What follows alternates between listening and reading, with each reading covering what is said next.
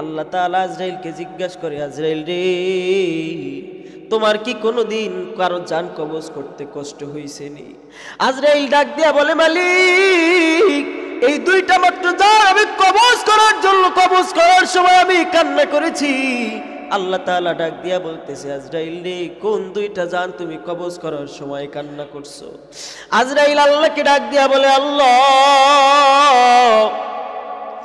একদিন একটা সমুদ্রের মধ্যে একটা জাহাজ চলতেছিল, ওই জাহাজের মধ্যে একজন গর্ভবতী মহিলা ছিল।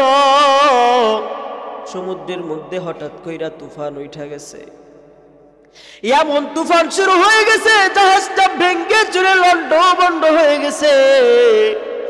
এমত অবস্থায় তুমি আমাকে বললা, আজরাইল রে, যা যা যা গিয়া দেখ সমুদ্রের মধ্যে একজন বান্দি, আবার একটা বান্দি ওই সাগরের ঢেউয়ের মধ্যে চুবনি খায়, আবার মাথাটা উপরের দিকে উঠায় আবার চুবনি খায়, আবার মাথাটা উপরের দিকে উঠে দেয়। আজরাইল যা। আজরাইল গিয়া দেখে, আজরাইল আল্লাহকে ডাক দিয়া বলতেছে, মালিক, আমি যখন ওই মহিলার কাছে আসলাম, আমি তাকাইয়া দেখি ওই মহিলার ছোট্ট একটা বাচ্চা কিছুক্ষণ আগে প্রসব করছে। ওই মহিলার পেটের মধ্যে, গর্ভবতী মহিলার পেটের মধ্যে বাচ্চা প্রসব করছে। ওই সাগরের মধ্যে বৈশা ওই আল্লাহর বান্দি সাগরের মধ্যে বৈশা একটা বাচ্চা দুনিয়ার মধ্যে নিয়ে আসলো। যখন আনছে, বাচ্চাটা কোথায় রাখবে? মা সাগরের মধ্যে একবার চুবনি খায়, আবার মাথাটা উপরের দিকে উঠায়, কিন্তু বাচ্চাটাকে ঢুকতে দেয় না। একটা হাত দ্বারা ওই বাচ্চাটাকে উপরের দিকে ধরে রাখছে। মা,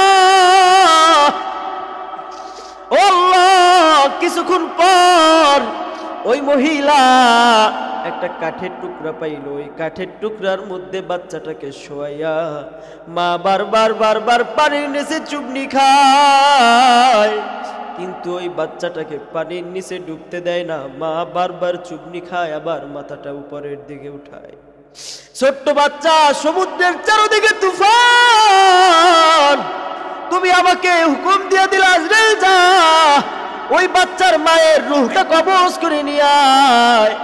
আল্লাহ, আমি যখন ওই বাচ্চার মায়ের রূহটা কবজ করার জন্য আসছি, আমি আজরাইল চিন্তা করতেছি, আল্লাহ, তোমার এই ছোট্ট বান্দা যেটা পানির মধ্যে ছোট্ট একটা কাঠের টুকরার মধ্যে ভেসে আছে, এই বাচ্চাটা কিভাবে বাঁচবে? তার মায়ের রূহটা আমি কবজ করে নিয়ে যাব। ও আল্লাহ, আমি ওই দিন কাঁদছি, কেমন একটা চাকরি আমার ধরে দিছ, যেই চাকরির মধ্যে কোনো মায়া নাই, মোহাব্বত নাই, দরদ নাই। ওগো আমার মালিক, আমি ওই দিন এত কথা কেঁদেছি। আমি আজরাইল চিন্তা করতে করতে, আল্লাহ, ওই মহিলার সময় হয়ে গেছে, তার রূহটা কবজ করিয়া নিয়ে আসছি। আল্লাহ তাআলা আজরাইলকে বলে, ও আজরাইল, তুমি তো শুধুমাত্র ওই মহিলার রূহটা কবজ কইরা নিয়ে আসছিলা, কিন্তু তুমি কি জানোনি আজরাইল রে, ওই বাচ্চাটা কোথায় গেছে? আমি আল্লাহ তোমাকে কত আদর করি বান্দা, জানো না? গভীর রাত যখন হয়ে যায়, আমি আল্লাহ তখন বান্দাদেরকে আস্তে আস্তে কইরা ডাকতে থাকে, বান্দারে আসো, আমার কদমে আইসা সেজদায় লুটাইয়া পড়ো। বান্দা, তোমার কিসের দরকার? টাকার দরকার, গাড়ির দরকার, বাড়ির দরকার, সুন্দর স্ত্রীর দরকার। ও বান্দা, আমি আল্লাহ তোমাকে সব কিছু দিয়ে দিব, তোমার কোনো কিছুর অভাব থাকবে না, শুধুমাত্র তুমি একমাত্র আমার ইবাদত করো। সারাটা রাত তুমি ঘুমাইলা, আমি আল্লাহ আরামে পাহারা দিলাম, তুমি ঘুমাইলা আরামে, আমি আল্লাহ পাহারা দিলাম। কারণ আমি আল্লাহর ঘুম নাই, আমি আল্লাহর গোসল নাই, আমি আল্লাহর রেস্ট নাই। ও বান্দা, সারা রাত তুমি ঘুমাইলা, চাইলেই তোমার কানের মধ্যে একটা পোকা ঢুইকা যাইতে পারত, কিন্তু আমি আল্লাহ সারাটা রাত তোমাকে পাহারা দিলাম। বান্দা, ঘুমাও, কারণ শেষ রাইতে উঠা তুমি আমার কদমে সেজদায় লুটে পড়বা। শেষ রাত যখন হয়ে যায়, আমার আল্লাহ বান্দাদেরকে ডাকতে থাকে, বান্দা আয়, আয়। কই আমার পাগল বান্দারা আয়, ও বান্দারে আইসা আমি মালিকের কদমে সিজদায় লুটিয়ে পড়। কারণ বান্দারে তুই যদি গুনাহগার হয়ে কবরে যাও, আমি আল্লাহ সহ্য করতে পারবো না, তোর আযাব আমি দেখতে পারবো না। কারণ বান্দা আমি তোরে কত ভালোবাসি। বান্দা তুই জানো না আমি আল্লাহ চাই তুই জান্নাতে যা, কারণ তোর জন্য আমি চমৎকার একটা জান্নাত বানায় রাখছি। আমি আল্লাহ তোর জন্য জাহান্নাম বানাই নাই, আমি চাই তুই জান্নাতে যা, তুই আমার নাজাত ভোগ কর। এ বান্দা যা যা আমার ইবাদত কর, আর খাঁটি ইমানদার হয়ে কবরে যা। কারণ খাঁটি ইমানদার হয়ে যদি কবরে না যাও, কবরের দুই পার্শ্বের মাটির চাপ সহ্য করতে পারবি না। একটা না দুইটা না 99টা সাপ। নবী আমার বলে উম্মতিরা রে, যেই সাপের লেজ থাকবে আসমানে, মাথা থাকবে জমিনে, এই সাপগুলো যদি একটা জাররা পরিমাণ বিষ দুনিয়ার মধ্যে পড়ে যায়, দুনিয়ার সব গাছপালাগুলো পুরে ছাই হয়ে যাবে, তার বিষের এত তাপ। একটা না দুইটা না 99টা সাপ ওই কবরের মধ্যে থাকবে। এ মুসলমান ইমানদার আল্লাহর গোলাম, দেখতে দেখতে 24 সাল শেষ হয়ে গেছে। 24 সালের শেষ জুমা আমি আপনি আজকে আদায় করতেছি। একটা বছর আপনার আমার দেখতে দেখতে শেষ হয়ে গেছে। একটু হিসাব নিকাশ মিলান, এই একটা বছরের মধ্যে আমি ওই আল্লাহর কতটুকু ইবাদত করতে পেরেছি। এই একটা বছরের মধ্যে আমি আল্লাহর কতটুকু বন্ধু হতে পেরেছি। এই একটা বছরের মধ্যে আমি কবরের জন্য কতটুকু সামান গুছাইতে পারছি। বছরের শেষ জুমায় আইসা একটু হিসাব নিকাশ মিলায়া এরপরে আল্লাহ তাআলার কাছে খাঁটি তওবা করেন। কারণ এইটাই হইতে পারে আপনার আমার জীবনের শেষ বছর। আর 25 সালের পর্যন্ত আমি আপনি নাও যাইতে পারি। এই শেষ বছরের সময় আমি আপনি শেষ জুমায় বৈশা একটু চক্ষু দুইটা বন্ধ করেন, হিসাব নিকাশ মিলিয়ে দেখেন। কারণ মুসলমান দুনিয়ার থাকার জায়গা না, এই দুনিয়াকে ছেড়ে চিরবিদায় নিয়ে চলে যেতে হবে। এই মুসলমান মৃত্যু বড় কঠিন, এই মৃত্যু থেকে কেউ পালাইতে পারবে না। মৃত্যুর যন্ত্রণা এত কষ্ট, যদি আমি আপনি নাফরমান হয়ে কবরে যাই, আসমান থেকে একদল ফেরেশতা চলে আসবে, গায়ের মধ্যে আল্লাহু আকবার, গায়ের মধ্যে গন্ধওয়ালা পচা চট বিছায়া নিয়ে আপনার আমার সামনে চলে আসবে। আল্লাহ তাআলা ফেরেশতাদেরকে বলবে, ও ফেরেশতারা রে, আমার এই বান্দার সামনে জাহান্নামটা ধর। আমার বান্দা আমি আল্লাহর নিয়ামত পাইয়া, আমার আল্লাহর নিয়ামত ভোগ কইরা আমাকে ভুলিয়া গেল, আমাকে ঠিক মতো স্মরণ করলো না। আমার এই বান্দার সামনে আমার জাহান্নামটা ধর।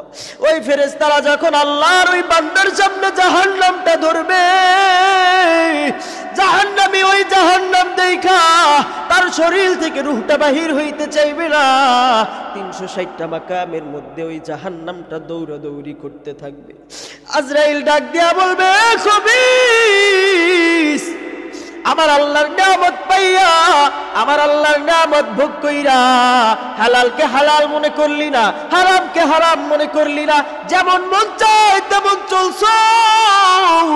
এ খবিস, বিদায় হয়ে যা, থাকতে পারবি না। ওই খবিসের জানটা তখন আজরাইল এমন ভাবে কবজ করে নেয়, কেউ দেখবেন কষ্টের চোটে কেউ কেউ প্রস্রাব পায়খানা করে দেয়। আজরাইলকে আল্লাহ তাআলা রব্বুল আলামিন একদিন প্রশ্ন করতেছে, আজরাইল, এই দুনিয়ার মধ্যে তুমি এতগুলো জান কবজ করছো, কারো জান কবজ করতে জিন্দেগিতে তোমার কোনোদিন কষ্ট হইছে নি? আজরাইল আল্লাহর কাছে ডাক দিয়া বলে, আল্লাহ গো, 2টা মাত্র জান আমি আজরাইলের কবজ করতে কষ্ট হইছে। শুধু কষ্টই না আল্লাহ, 2টা জান কবজ করার সময় আমি আজরাইল চোখের পানি ঝরাইছি। আজরাইলের মনের মধ্যে কোনো মায়া নাই, কোনো দরদ নাই। কারণ আজরাইলকে আল্লাহ এমন ভাবে তৈরি করছে, মায়ের কোলে সন্তান বৈশা দুধ পান করতেছে, হুকুম চলে আসছে, সন্তানের রূহটা কবজ করে নিয়ে গেছে মায়ের কোলের মধ্যে থেকে। আজরাইলকে এত পাষাণ কইরা বানাইছে।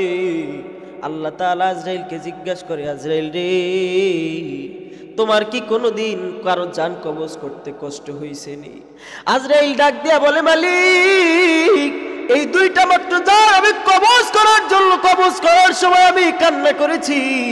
আল্লাহ তাআলা ডাক দিয়া বলতেছে, আজরাইল রে, কোন দুইটা জান তুমি কবজ করার সময় কান্না করছো? আজরাইল আল্লাহকে ডাক দিয়া বলে, আল্লাহ, একদিন একটা সমুদ্রের মধ্যে একটা জাহাজ চলতেছিল, ওই জাহাজের মধ্যে একজন গর্ভবতী মহিলা ছিল। সমুদ্রের মধ্যে হঠাৎ কইরা তুফান উঠা গেছে, এমন তুফান শুরু হয়ে গেছে, জাহাজটা ভেঙ্গে চুরে লন্ডভন্ড হয়ে গেছে। এমত অবস্থায় তুমি আমাকে বললা, আজরাইল রে, যা যা যা গিয়া দেখ সমুদ্রের মধ্যে একজন বান্দি, আমার একটা বান্দি ওই সাগরের ঢেউয়ের মধ্যে চুবনি খায়, আমার মাথাটা উপরের দিকে উঠায় আবার চুবনি খায়, আমার মাথাটা উপরের দিকে উঠায় দেয়। আজরাইল যা। আজরাইল গিয়া দেখে, আজরাইল আল্লাহকে ডাক দিয়া বলতেছে, মালিক, আমি যখন ওই মহিলার কাছে আসলাম, আমি তাকাইয়া দেখি ওই মহিলার ছোট্ট একটা বাচ্চা কিছুক্ষণ আগে প্রসব করছে। ওই মহিলার পেটের মধ্যে, গর্ভবতী মহিলার পেটের মধ্যে বাচ্চা প্রসব করছে। ওই সাগরের মধ্যে বৈশা ওই আল্লাহর বান্দি সাগরের মধ্যে বৈশা একটা বাচ্চা দুনিয়ার মধ্যে নিয়ে আসলো। যখন আনছে, বাচ্চাটা কোথায় রাখবে? মা সাগরের মধ্যে একবার চুবনি খায়, আবার মাথাটা উপরের দিকে উঠায়, কিন্তু বাচ্চাটাকে ঢুকতে দেয় না। একটা হাত দ্বারা ওই বাচ্চাটাকে উপরের দিকে ধরে রাখছে। মা, ও আল্লাহ, কিছুক্ষণ পর ওই মহিলা একটা কাঠের টুকরা পাইল, ওই কাঠের টুকরার মধ্যে বাচ্চাটাকে শোয়াইয়া মা বারবার বারবার পানির নিচে চুবনি খায়, কিন্তু ওই বাচ্চাটাকে পানির নিচে ডুবতে দেয় না। মা বারবার চুবনি খায়, আবার মাথাটা উপরের দিকে উঠায়। ছোট্ট বাচ্চা, সমুদ্রের চারদিকে তুফান, তুমি আমাকে হুকুম দিয়ে দিলা, আজরাইল যা, ওই বাচ্চার মায়ের রূহটা কবজ করে নিয়ে আয়। আল্লাহ, আমি যখন ওই বাচ্চার মায়ের রূহটা কবজ করার জন্য আসছি, আমি আজরাইল চিন্তা করতেছি, আল্লাহ, তোমার এই ছোট্ট বান্দা যেটা পানির মধ্যে ছোট্ট একটা কাঠের টুকরার মধ্যে ভেসে আছে, এই বাচ্চাটা কিভাবে বাঁচবে? তার মায়ের রূহটা আমি কবজ করে নিয়ে যাব। ও আল্লাহ, আমি ওই দিন কাঁদছি, কেমন একটা চাকরি আমার ধরে দিছ, যেই চাকরির মধ্যে কোনো মায়া নাই, মোহাব্বত নাই, দরদ নাই। ওগো আমার মালিক, আমি ওই দিন এত কথা কেঁদেছি। আমি আজরাইল চিন্তা করতে করতে, আল্লাহ, ওই মহিলার সময় হয়ে গেছে, তার রূহটা কবজ কইরা নিয়ে আসছি। আল্লাহ তাআলা আজরাইলকে বলে, ও আজরাইল, তুমি তো শুধুমাত্র ওই মহিলার রূহটা কবজ কইরা নিয়ে আসছিলা, কিন্তু তুমি কি জানোনি আজরাইল রে, ওই বাচ্চাটা কোথায় গেছে? আজরাইল বলে, আল্লাহ, এটা আমার দায়িত্ব না, আমার দায়িত্ব যেটা, আমি ওই মায়ের রূহটা কবজ কইরা নিয়ে আসছি। আল্লাহ তাআলা আজরাইলকে বলতেছে, এ আজরাইল রে, ওই দিন তো তোমার কষ্ট হইছে, আর কোন দিন তোমার কষ্ট হইছে? আজরাইল আল্লাহকে ডাক দিয়া বলে, মালিক রে, আর একটা দিন আমার কষ্ট হইছে, ওই দিন হইল সাদ্দাত, তোমার সঙ্গে নাফরমানি কইরা, তোমার সঙ্গে বেঈমানি কইরা, তোমার সঙ্গে বাহাদুরি কইরা, দাউদ নবীর মুখের কথা শুইনা শুইনা, জান্নাতের বর্ণনা শুইনা শুইনা, দুনিয়ার মধ্যে একটা জান্নাত নিজেই বানায় ফেললো। জোরে কান নাউজুবিল্লাহ। ওগো আল্লাহ, ওই সাদ্দাত তোমার সঙ্গে নাফরমানি কইরা দুনিয়ার মধ্যে একটা নিজেই জান্নাত বানায় ফেললো। ওই জান্নাতের মধ্যে সারা বিশ্বের মধ্যে যত সুন্দরী সুন্দরী যুবতী মেয়ে আছে, ওদেরকে টাকা দিয়া কিনার পরে ওই জান্নাতের মধ্যে এই না হুর বানাইলো। জোরে কান নাউজুবিল্লাহ। ও গো আল্লাহ যত নাজ নেয়ামত সব সাদ্দাত বানাইছে, সব নাজ নেয়ামত ওর জান্নাতের মধ্যে দিয়া যেই দিন ওর জান্নাতটা উদ্বোধন করবে সময় হয়ে গেছে, দেশের মধ্যে যত ভালো ভালো নাম করা লোক তাদেরকে নিয়া ওই সাদ্দাত ওই দিন জান্নাতটা উদ্বোধন করবে। ওই দিন আল্লাহ তুমি আমাকে হুকুম দিয়া দিছো আজরাইল যা যা, ওই সাদ্দাত আর দুনিয়ার মধ্যে থাকতে পারবে না। আল্লাহ আমি ওই জান্নাতের দরজার সামনে আইসা দাঁড়ায় রইছি। সাদ্দাত যখন তার সৈন্য বন্য নিয়ে আসছে জান্নাতটা উদ্বোধন করার জন্য, ওই দিন আমি সাদ্দাতকে বলছি, ও সাদ্দাত তোর আর সময় নাই, তোর বিদায় হয়ে যেতে হবে। সাদ্দাত ওই দিন আমার সঙ্গে এত কাকুতি বিনতি করেছে আল্লাহ জানো। সাদ্দাত আমাকে বলছে, ভাই আজরাইল এত সব কইরা আমি দুনিয়ার মধ্যে জান্নাত বানাইছি, এত আদর কইরা আমি দুনিয়ার মধ্যে জান্নাত বানাইছি, আমার এই বানানো জান্নাতে কি আমি ঢুকতে পারবো না? আজরাইল একটু সময় দাও।